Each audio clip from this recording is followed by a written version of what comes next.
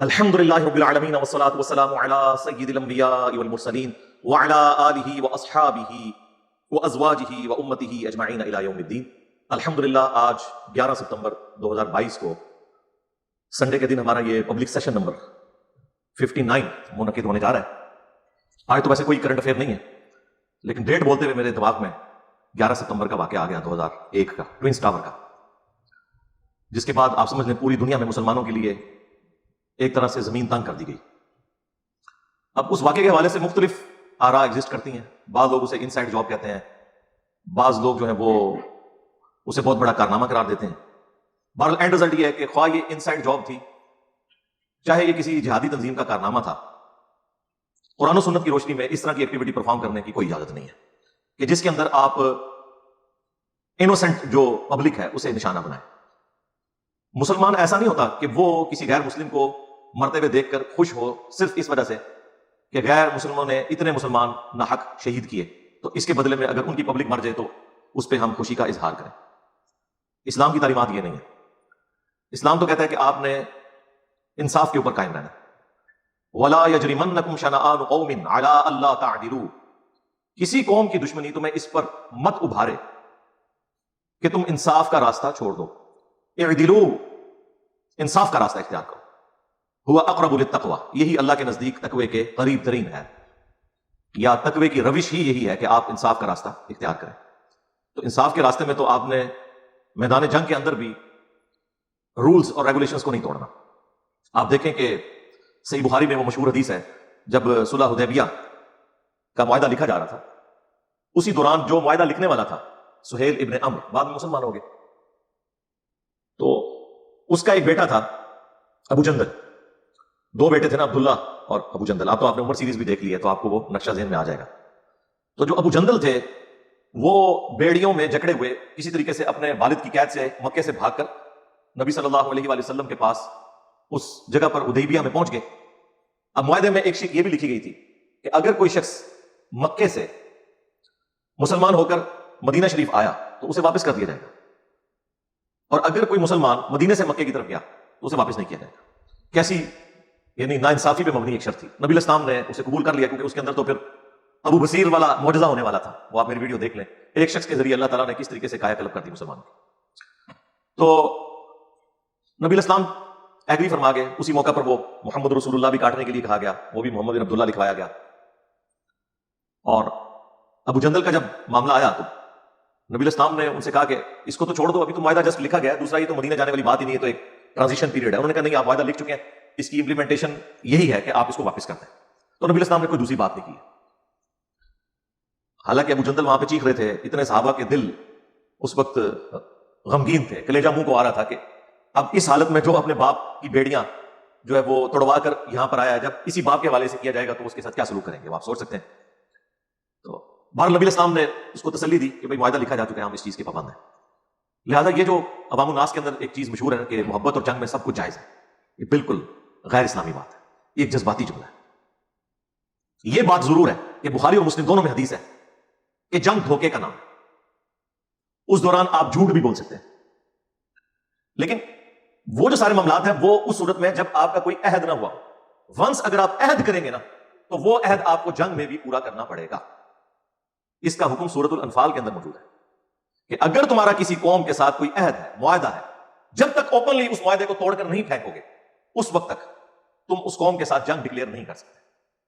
یہ نہیں ہو سکتا کہ اوپر سے آپ کی امن کی آشا چل رہی ہے اور اندر سے ایک دوسرے کے خلاف گوریلا وار بھی جاری ہے۔ اسلام میں اس کی کوئی اجازت نہیں ہے۔ یہی وجہ ہے کہ 1948 میں جب پاکستان نے اپنی فوجیں داخل کر دی تھی، آپ کو پتا ہے انڈیا میں، تو مولانا مودودی رحمہ اللہ نے اس کی مخالفت کی تھی، اور لوگ آج تک وہ نیگیٹو انداز میں پیش کرنے کی کوشش کرتے ہیں۔ مودودی صاحب نے جہاد اور قتال کی مخالفت نہیں کی تھی، ان سے بڑا کون جہاد اور قتال کا حامی رہا ہے۔ ان کا کہنا یہ تھا کہ جنگ ضرور کرو لیکن اوپنلی کرو۔ یہ نہیں ہے کہ اوپر سے ہم UN کی قراردادوں میں بندھے ہوئے ہیں اور اندر خانے ہم ایک دوسرے کے خلاف جنگ چھیڑ رہے ہیں۔ جنگ کرنی ہے تو اوپنلی کرو، جس میں بعد میں ہوئی 65 میں یا 71 کے اندر، تو اوپن جنگ کی جائے، نہ کہ یہ کہ ہم اوپر سے معاہدے میں بندے ہوئے ہیں اور اندر ہم جنگ چھیڑ رہے ہیں۔ تو وہ یہ کہہ رہے تھے، اور وہ انہوں نے پلی اسی آیت کے تحت دی تھی کہ قرآن کے حکم کے آپ خلاف چل رہے ہیں۔ تو دیکھ لیں رزلٹ کیا نکلا، کچھ بھی نہیں نکلا اس میں سے۔ پلس اسی کانٹیکسٹ میں ایک ابو داؤد اور ترمذی کے اندر حدیث موجود ہے کہ حضرت معاویہ رضی اللہ تعالیٰ عنہ کے دور میں ایک معاہدہ تھا رومن امپائر کے ساتھ. وہ آپ کو پتا آلموسٹ مغلوب ہو چکے ہوئے تھے, جزیہ دیتے تھے حضرت عمر کے زمانے سے رضی اللہ تعالیٰ عنہ علیہ السلام. کچھ علاقے ابھی بھی ان کے پاس تھے. بارڈر کے اوپر جھڑپیں جاری رہتی تھی, مسلمانوں کی فوجیں بھی بیٹھی ہوتی تھی, ان کی بھی بیٹھی ہوتی تھی. پھر ایک پیس ٹریٹی کے تحت وہ معاہدہ چل رہا تھا, اور ظاہر معاہدے کی ایک مدت ہوتی ہے کہ فلاں تاریخ تک ہے, اتنے سالوں کے لیے, فلاں مہینے میں جا کے پورا ہوگا. جب وہ ڈیٹ پورا ہونے کا وقت آیا تو ایک دن پہلے حضرت معاویہ رضی اللہ تعالیٰ عنہ نے رومن امپائر کے بارڈر کے اوپر لا کے مسلمانوں کی فوج بٹھا دی کہ جی اتنے بجے اب جیسے غروب آفتاب ہوگا تو یہ دن ختم, اور آج کی ڈیٹ میں معاہدہ ختم, ہم اس معاہدے کو رینیو نہیں کریں گے اور اچانک ان کے اوپر حملہ کر کے ان سے ان کا علاقہ چھین لیں گے. تو وہاں پر ایک سینئر صحابی جو تھے انہوں نے اپنے گھوڑے کو ایڑی لگائی اور فرنٹ پہ آ کے مسلمانوں کی فوج کے سامنے کھڑے ہو گئے کہ میں تمہیں یہ کام نہیں کرنے دوں گا, کیونکہ اللہ کے نبی علیہ السلام نے ہمیں منع فرمایا کہ جس قوم کے ساتھ معاہدہ ہو جب تک کہ اس قوم کو آپ خبر نہ دیں کہ یہ معاہدہ توڑا جا رہا ہے یا ہم اسے رینیو نہیں کریں گے تاکہ وہ بھی اپنی جنگ کی تیاری کر لیں, اس وقت تک آپ اس قوم کے اوپر حملہ نہیں کر سکتے. یہ جو آپ کو پڑھا رہے ہوتے ہیں نا جی محبت اور جنگ میں سب کچھ جائز ہے, ٹھیک ہے, یہ جنگ ہے, اور جنگ بھی مسلمانوں کے خلاف نہیں, کافروں کے خلاف. تو اور پھر انہوں نے سورۃ الانفال کی آیت کا حوالہ دیا. سورۃ الانفال کی آیت کے کانٹیکسٹ میں جتنی مسلمانوں نے تفاسیر لکھی ہے نا, تو یہ حدیث وہ ترمذی اور ابو داؤد کی لے کے آتے ہیں اس کانٹیکسٹ میں. تو حضرت معاویہ رضی اللہ تعالیٰ عنہ کو مجبوراً اپنا ڈیسیژن واپس لینا پڑا. اسلام یہ نہیں کہتا کہ آپ نے کسی کے علاقے کے اوپر قبضہ کر لینا ہے یا آپ نے کسی کو نقصان پہنچا دینا ہے اور آپ ون ون سچویشن میں آ گئے, نہیں. سارے معاملات پیرلل میں دیکھ کر چلنے ہیں, اللہ کے رولز نہیں ٹوٹنے چاہیے, انسانیت وائلیٹ نہیں ہونی چاہیے کہیں پر. یہ سارے معاملات کے ساتھ ساتھ ان ساری چیزوں کو دیکھ کر چلنا چاہیے. تو یہ بات میں نے شروع کی تھی 11 سپٹمبر 2001 9/11 کے واقعے سے. اس کے بعد سے مسلمانوں کے لیے ایک تکلیف دہ چیز شروع ہو گئی. سب سے پہلے تو پاکستان تختہ مشق بن گیا, کیونکہ ہم افغانستان کے پڑوس میں تھے. ہمارا اربوں ڈالر کا نقصان ہوا. اس وقت ایک بزدل حکمران تھا اور اس نے بزدلی دکھائی, اور ظاہر ہے کہ جتنے نان الیکٹڈ حکمران ہوتے ہیں نا, یہ بزدلی ہوتے ہیں, کیونکہ ان کا کوئی اسٹیک یہاں پہ نہیں ہوتا. اگر کوئی عوامی لیڈر ہو, بالکل جتنا مرضی گیا گزرا ہو, ایٹ لیسٹ اسے یہ ہوتا ہے کہ میں نے عوام کو منہ دکھانا ہے. اس لیے آپ دیکھیں کہ جتنے بھی پولیٹیکل لیڈرز ہیں, جب کبھی وہ اقتدار میں رہے ہیں اور اس طرح کے مواقع ہیں, تو آپ دیکھیں کہ انہوں نے کبھی اس لیول کی بزدلی نہیں دکھائی. وہ بھی اعلی کار بنے رہے, لیکن ایک ریڈ لائن کو انہوں نے کراس نہیں کیا. پوری دلیری کے ساتھ معاملات کو لے کر چلتے. ذوالفقار علی بھٹو صاحب نے پاکستان کا سارا یہ اٹامک پروگرام جو ہے اسے پورا انہوں نے پیشن کے ساتھ اس وقت چلایا, اگرچہ امریکہ کی اتنی مخالفت تھی.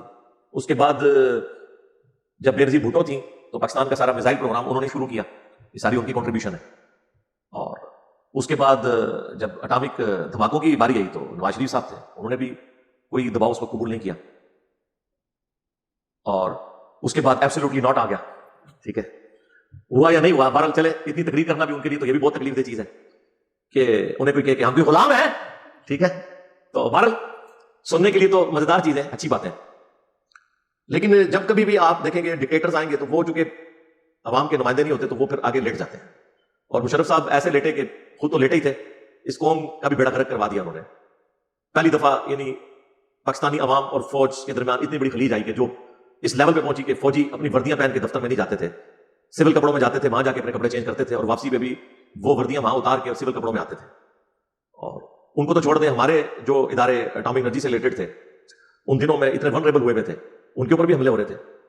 تو اس میں بھی بڑی تکلیف کاٹنی پڑی عوام الناس کو, اور بڑی اس وقت پلاننگ کے تحت سارے معاملات چل رہے ہوتے تھے. ادروائز تو ظاہر ہے کہ عام جو گاڑیاں اس طرح کی اٹامک انرجی کے ادارے کی ان کو ہٹ کرنا تو بڑا آسان تھا, اور کچھ اٹیک ہوئے بھی, کافی سارے لوگ شہید بھی ہوئے. ظاہر ہے وہ ایک معاملہ سول وار کی طرف ہی چلا گیا. کچھ لوگ نان اسٹیٹ ایکٹر کے طور پر سامنے آئے, ان کا جو غصہ تھا وہ اپنی جگہ جسٹیفائی تھا, لیکن وہ پھر انہوں نے جو ایک ریڈ لائن کراس کی وہ ایک غلط معاملہ ہو گیا.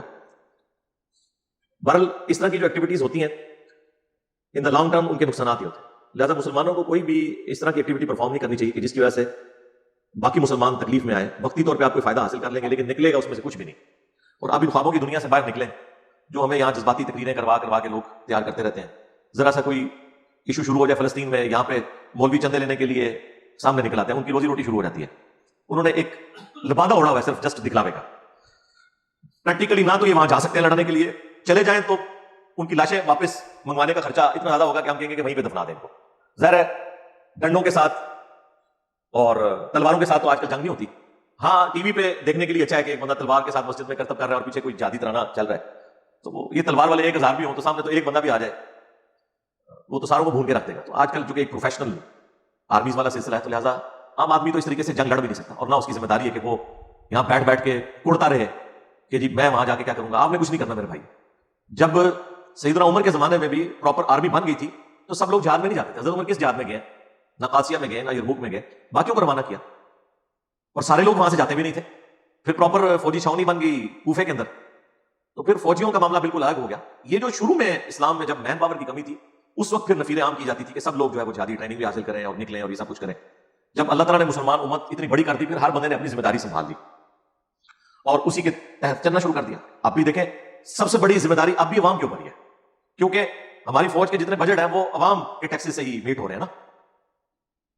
تو عوام تو اپنا پیٹ کاٹ رہی ہے, پیٹرول کی قیمت یہ ڈبل کر دیں, عوام پھر بھی چیخو پکار کرنے کے بعد پیٹرول ڈلوا ہی رہی ہے. ہونا تو چاہیے ڈلوانا چھوڑ دیں, سینکڑوں پہ آ جائیں, صحت بھی ٹھیک رہے گی اور خرچے بھی کم ہو. لیکن اس قوم کو کون عقل دے گی والی؟ یہ تو یعنی گھر سے واکنگ ڈسٹینس پہ بھی نکلتے ہیں نا کوئی چیز لینے کے لیے تو گاڑی میں نکلتے ہیں اور اس میں بھی وہ 5 منٹ کے لیے بھی اے سی آن کر لیتے ہیں اور پھر کہتے ہیں جی کہ بیماریاں آتی ہیں. جب آپ نے اپنا لیونگ سٹینڈرڈ ہی ایسا کر لیا تو تھوڑے سے بھی جراثیم کہیں سے آئیں گے تو وہ آپ سافٹ ٹارگٹ ہے. آپ نے اپنا لیونگ سٹائل ہی اتنا نازک کر لیا ہو تو پھر یہی کچھ ہوگا. تو عوام الناس تو جی ٹیکس دے رہی ہے. پھر پرائم منسٹر کی ذمہ داری ہے, اس کے بعد سب سے بڑی تو پوسٹ پرائم منسٹر کی ہے, اس کے بعد پھر اس کے ماتحت جتنے ادارے ہیں ان کی ذمہ داری. ایک عام پاکستانی کی ہے, مسلمان کی کوئی ذمہ داری نہیں ہے کہ وہ یہ کہ جی فلاں جگہ یہ ہو گیا تو میں نے وہاں پہنچ جانا ہے. آپ پہنچ کے کیا کریں گے؟ نکالنا کیا ہے اس میں سے؟ آگے بھی ڈورو نا, ایک ہو گئے پہنچ گئے, پھر پہلی تو بات ہے پہنچ ہی نہیں سکتے آپ. آج کل اس طرح کہ آپ نے گھوڑے کو ایڑی لگائی اور آپ چلنا شروع کر دیں. آپ تو اپنے ملک کے اندر ایک صوبے سے دوسرے صوبے کا بارڈر نہیں کراس کر سکتے. ملک کا بارڈر کراس کرنا تو بڑی دور کی بات ہے. پھر راستے میں کتنی چیزیں جڑی ہوئی ہیں. تو خوابوں کی دنیا سے باہر نکلیں. اور میں پھر وہ ایک تلخ بات کرتا ہوں جو بڑی بری لگتی ہے لوگوں کو, کہ جو آپ کو مثالیں دیتے ہیں نا کہ مسلمان تعداد میں تھوڑے تھے, کافر زیادہ تھے, اللہ نے غلبہ دیا. بالکل دیا, لیکن رکو ذرا, صبر کرو. کیا یہ ہوتا تھا کہ یہاں سے خالد بن ولید جب نکلتے تھے تلوار لے کر تو سامنے سے جو رومن جنرل تھا وہ کلاشنکوف لے کے آتا تھا؟ اگر وہ کلاشنکوف لے کے آتا تو خالد بن ولید کیا پوری فوج بھی لے کے وہ آ جاتے ہیں تلواروں کے ساتھ, تو اس نے تو نزدیک بھی نہیں لگنے دینا تھا, سب کو شہید کر دینا تھا. ایسے ہی تھا. تو یہ مثالیں بالکل غلط دیتے ہیں. یہاں سے بھی ایک تلوار ہوتی تھی, دوسری طرف سے بھی ایک تلوار ہوتی تھی. تلوار کا مقابلہ تلوار سے. آج بالکل جنگ کا موڈ چینج ہو چکا ہے. آپ ٹینک بھی لے کر آ جائیں, ایک F-16 کافی ہے سارے ٹینکوں کو ختم کرنے کے لیے. وہ زمین پر اترے بغیر اپنی ایئر فورس کے ذریعے وہ آپ کو تباہ کرتے ہیں, کارپیٹ بمنگ کرتے ہیں. تو اب وہ والی مثالیں دینا تو بالکل ایک جاہلانہ اپروچ ہے نا, ایک جذباتی اپروچ ہے نا, کہ جی اتنے 100 کے لشکر نے اتنے 1000 کا لشکر بھگا دیا. وہ اس لیے کہ اس وقت رومنز کے پاس ایئر فورس نہیں تھی, ان کے پاس جدید اسلحہ آج کے دور کا نہیں تھا, دونوں طرف کا اسلحہ برابر تھا, چند ایک چیزوں کا فرق تھا, لیکن وہ دو بدو لڑائی میں وہ اہمیت نہیں رکھتی. مثلا منجنیق, ٹھیک ہے مسلمانوں کے پاس وہ نہیں تھی, لیکن مسلمانوں نے پھر وہ منجنیقیں لی ہیں, بنوائی ہیں. جب دمشق کے اوپر حملہ کرنا تھا ابو عبیدہ ابن جراح نے, تو اس وقت جو وہاں کے عرب کرسچنز تھے ان کی مدد سے منجنیق لی, ادروائز تو وہ قلعے کی دیواروں کو نہیں توڑ سکتے تھے. تو جدید اسلحہ لے کر ہی سب کچھ کیا, وہ برابر کا ہی اسلحہ ہوتا ہے. لیکن آج کل حالات بہت ڈفرنٹ ہو چکے ہیں. اب توپوں کے ذریعے مجھے بتائیں کوئی جنگ ہوتی ہے؟ اب تو معاملات بہت آگے جا چکے. اس لیے ایئر فورس کے اوپر سب سے زیادہ ضرورت ہے توجہ دینے. افغان وار اتنی لمبی کیوں ہوئی ہے؟ صرف اس وجہ سے کہ امریکہ کے پاس ایئر فورس تھی. ادروائز 1 مہینے کے لیے بھی یہ لوگ زمینی جنگ میں مقابلہ نہیں کر سکتے تھے افغانیوں کا. اس لیے نہیں کہ افغانی جو ہے وہ جناب بسم اللہ شریف پڑھ کے تو تلوار کے اوپر یا بیلچے کے اوپر سلطان رائی کی طرح گولیاں روک لیتے ہیں, نہیں, اس لیے کہ ان کے پاس بھی رشیا کا دیا ہوا لیٹسٹ اسلحہ, دونوں طرف برابر کا اسلحہ. فرق ڈالا ایئر فورس نے, طالبان کے پاس تو ایئر فورس نہیں تھی, اس لیے 20 سال لاکھوں لوگ شہید ہوئے. آپ ان کی جیت کا تو جشن منا رہے ہیں, لیکن یہ جیت کیا جیت ہے جس میں لاکھوں مسلمان شہید ہو چکے. امریکہ کا تو کچھ نہیں بگڑا, جو آپ ڈالرز بھی ان کے گنتے ہیں اتنا نقصان ہوا, ان کو فرق نہیں پڑتا, وہ آپ سے لے لیں گے ڈالر. کسی ایک ملک پہ قبضہ کر کے سب کچھ وہ لے لیتے ہیں, بدماش ہے. نقصان تو ہمارا ہوا. اب انہوں نے خود ہی ڈیسائیڈ کیا کہ ٹھیک ہے جی ہم مزید خرچہ نہیں کرنا چاہتے, ورنہ آج بھی اگر وہ ڈیسائیڈ کریں کہ ہم رہنا تو رہیں گے, کیونکہ ان کو اپر ہینڈ حاصل ایئر فورس کی وجہ سے. ایئر فورس جو ہے ایک ڈومیننٹ فیکٹر ہے, جس کے بعد زمینی افواج کیا کر سکتے. زمینی افواج کے اوپر ہو تو طالبان کو ٹکنے بھی نہ دیتے. ظاہر طالبان زیادہ ٹف ماحول کے عادی ہیں ایز کمپیئر ٹو امریکن فوجیوں کے, جس طرح اس زمانے میں عرب کے لوگ ٹف ماحول کے عادی تھے ایز کمپیئر ٹو رومنز کے. صرف ان کے اندر ایک طوائف الملوکی تھی کہ آپس میں لڑتے تھے اور لیڈر کوئی نہیں تھا. اللہ تعالیٰ نے انہیں لیڈر بھی دے دیا, محمد رسول اللہ صلی اللہ علیہ وسلم کی شکل میں ایک جھنڈے کے نیچے جمع ہوئے. پھر انہوں نے رومنز اور پرشینز کو الٹ کے رکھ دیا, اس لیے کہ وہ بھی تلوار لے کر آتے تھے, یہ بھی تلوار. سامنے سے تیر ہے تو ادھر بھی تیر. اب مجھے بتایا اگر ادھر تیر ہوتے مسلمانوں کی طرف سے اور سامنے رومنز اور پرشینز کے پاس ٹینک ہوتے تو کیا یہ تیر ان کا مقابلہ کر سکتے تھے؟ تو لہٰذا یہ جو جذبات کی دنیا میں آپ کو رکھتے ہیں نا, اس سے باہر نکلیں یار, خدا کے لیے ہوش کے ناخن لیں اور یہ باتیں کرنا چھوڑ دیں کہ جی IMF اگر آپ سے قرضہ واپس مانگے تو آپ کہیں آیا جے موری, خدا کا نام. یہ بھی قسمت نہ ملتی تو تنخواہیں بھی نہیں تھی سرکاری ملازمین کو اور فوجیوں کو دینے کے لیے. یار ڈان بنے ضرور, لیکن کچھ جیب میں ہو تو بنے. اب تو یہ ساری اکانومی کی وار ہے نا، اس کے بغیر تو کچھ بھی نہیں ہوگا. تو اس لیے یہ بڑھ کے مارنا اور اس طرح کی ساری باتیں کرنا، تو اس طریقے سے کوئی معاملات نہیں چلتے. افغانستان کی صورتحال آپ کے سامنے کتنا مشکل وہ ٹائم گزار رہے ہیں. ظاہر ہے کہ پہلے تو اکانومی کے اندر جان تھی نا، امریکہ ڈالر بھیج رہا تھا. اب ظاہر ہے وہ تجارت کریں گے، کمائیں گے تو کھائیں گے نا. مشکل وقت ان پہ بھی شروع ہوا بھائی اس حوالے سے. دروشی پڑھ کے یا ذکر اذکار کر کے تو سارے معاملات نہیں چلتے نا. اللہ نے پیاس کے بجھانے کا ذریعہ پانی کو بنایا، تو پانی تو آپ کو پینا پڑے گا، سیدھی سی بات ہے. تو اس لیے ان سارے معاملات کو دیکھ کر چلنا چاہیے. اور ابھی میں نے سیلاب کے اوپر بھی بڑی تفصیلی گفتگو 2 نشستوں میں کی ہے، وہ اپلوڈ ہوئی ہے. اس میں نے جو سیلاب کے بعد کرنے کے کام ہیں ان کے اوپر بھی میں نے ڈسکشن کی تھی. اس میں نے ایک پوائنٹ اٹھایا تھا، مجھے بڑی خوشی ہوئی ہے کہ UN کے جو سیکرٹری جنرل ہیں وہ پاکستان آئے ہوئے ہیں. انہوں نے کل بڑی اچھی، یعنی آپ سمجھ لیں اسٹیٹمنٹ جاری کی ہے کہ دوسرے ملکوں کی گناہوں کی سزا مسلمان یہاں پہ پاکستانی جو کاٹ رہے ہیں، اور جو تباہی ہوئی ہے جس میں پاکستان کا تو کوئی قصور نہیں ہے. اور ان کا جو جملہ بڑا زبردست ہے، انہوں نے یہ بولا ہے کہ پاکستان کو اس حوالے سے ہیلپ آؤٹ کرنا، یہ ہم ان کے اوپر کوئی احسان نہیں کر رہے ہیں، بلکہ یہ انصاف کا تقاضا ہے کہ انہیں کمپنسیٹ کیا جائے. کیونکہ یہ سارا کلائمیٹ چینج ہوا ہے جس کی وجہ سے یہ بارشوں کا بھی پورے کا پورا معاملہ تلپٹ ہو گیا. آپ کو پتا ہے پہلے تو یہ مونسون کا تو معاملہ کچھ اور ہوتا تھا، ان علاقوں میں تو وہ والی بارشیں نہیں ہوتی تھی. تو اس کی سزا اب پاکستان کو بھگتنی پڑ رہی ہے ان ملکوں کی انڈسٹریز کی وجہ سے جن کی وجہ سے یہ ساری کلائمیٹ چینج آئی ہے. تو یہ انصاف کا تقاضا ہے کہ انہیں کمپنسیٹ کیا جائے. یہ کوئی پاکستان کے اوپر احسان کرنا نہیں. اور میں سمجھتا ہوں یہ بہت بڑی اسٹیٹمنٹ ہے ان کی طرف سے. اب اللہ کرے کہ جو صدقہ اور خیرات یا چندہ ملتا ہے وہ ہمارے حکمران، ہمارے ریاستی ادارے جو ہے وہ پازیٹیولی یوز کریں. یہ نہ ہو کہ جو انہوں نے اپنے سارے پرانے جو ذخیرے جوڑ کے رکھے ہوئے ہیں وہ نکال کے غریب عوام کو دینا شروع کریں، اور نئے جو ہے وہ اپنی تجوریوں میں بھرنا شروع کر دیں.